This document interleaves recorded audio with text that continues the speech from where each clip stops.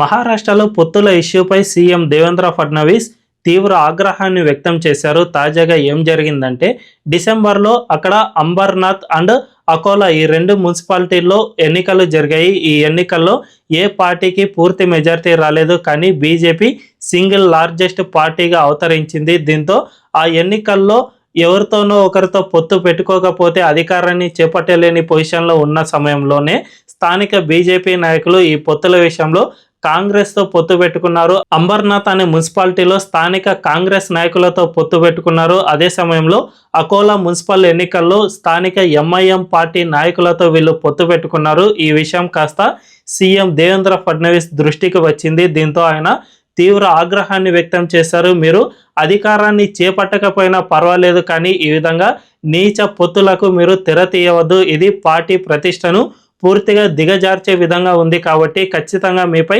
క్రమశిక్షణ చర్యలు అనేవి మేము తీసుకుంటాము.